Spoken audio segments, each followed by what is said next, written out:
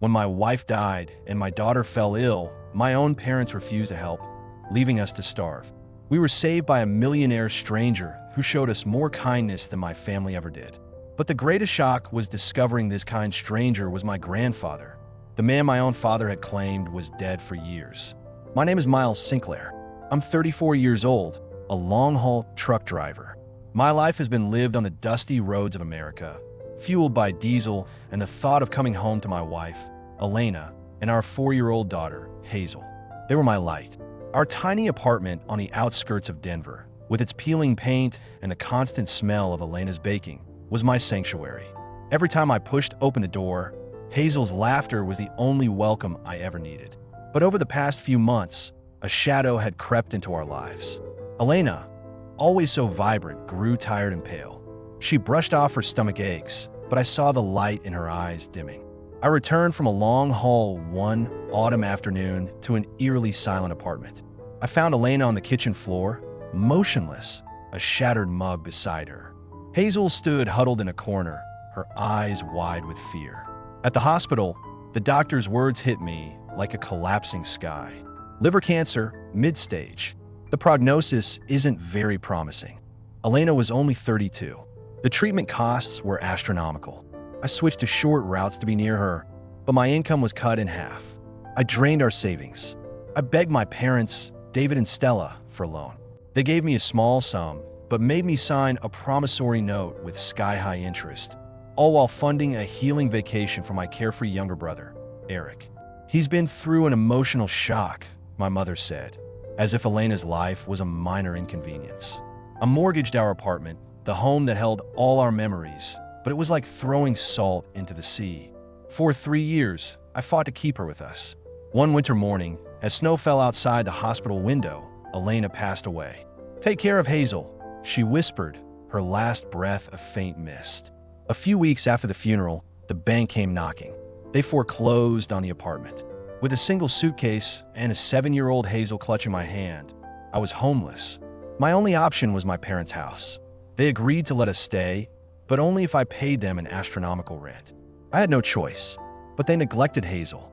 I would return from short trips to find her hungry, her clothes filthy. She was withering away in their cold care.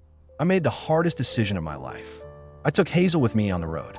It wasn't a life for a child, cold nights in the truck's cabin, no school, no friends, but at least she was with me, and she was loved. On a critical delivery to Wyoming, Hazel spiked a high fever. I abandoned the job and rushed her to the nearest hospital. My boss fired me over the phone. The doctor delivered another blow. Hazel had hepatitis B, requiring long-term, costly treatment. With no job and no home, we ended up on the streets of Denver. We slept on park benches, surviving on the coins of passersby. Each of Hazel's coughs was a knife in my heart, a reminder that I was failing my promise to Elena. One frigid afternoon, we huddled on a sidewalk. Hazel was curled in my lap, coughing harshly, when an elegant elderly man, perhaps in his 80s, stopped before us. His eyes, sharp but kind, held a strange glint of familiarity. "You have the eyes of someone I once knew," he whispered. He introduced himself as Vincent and offered us shelter. I was wary, but looking at my sick daughter, I knew I had no choice.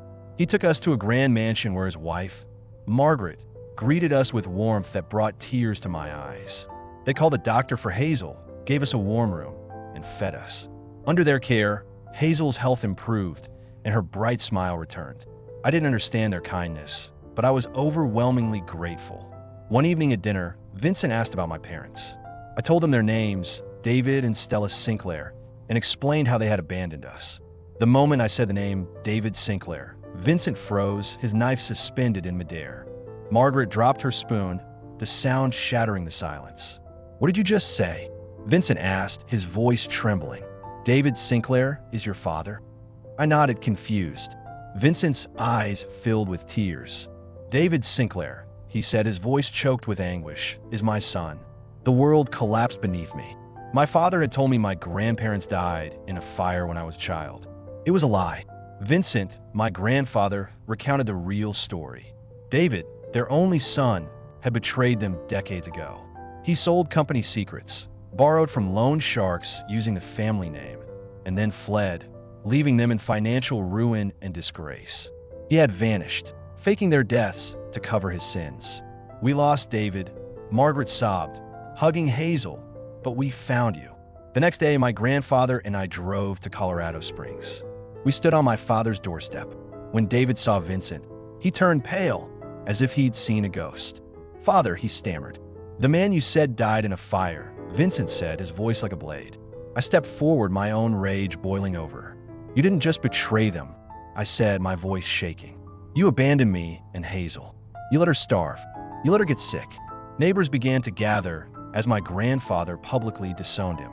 "You are not worthy of the Sinclair name," he declared.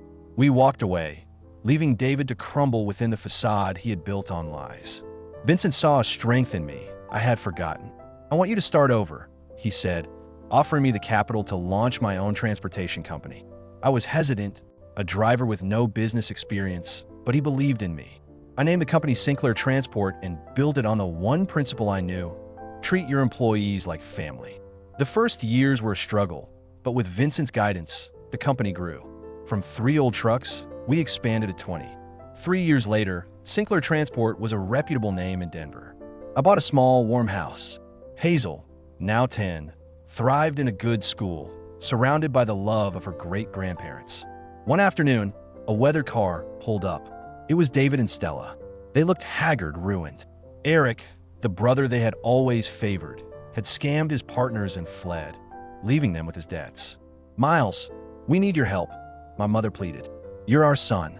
I looked at them, remembering Elena's illness, Hazel's hunger, the cold park benches. "I stopped being your son a long time ago," I said, my voice calm and resolute. "My real family stood by me when I was at my lowest. You chose selfishness. Now face the consequences." I closed the door, not with satisfaction, but with a cold emptiness. Years later, at a major meeting for his company, Everstead Group, my grandfather made a public announcement. He officially disowned David and, in a move that stunned the hall, named me as his successor and heir. Standing at the podium, with Hazel in the front row, her eyes shining with pride, I promised to lead with integrity and kindness. My journey from a homeless trucker to the head of an empire was long and brutal, but it taught me that family isn't about blood. It's about those who choose to stand with you in the storm. It taught me that a person's worth lies not in what they own, but in how they face adversity and in the hope they refuse to let die.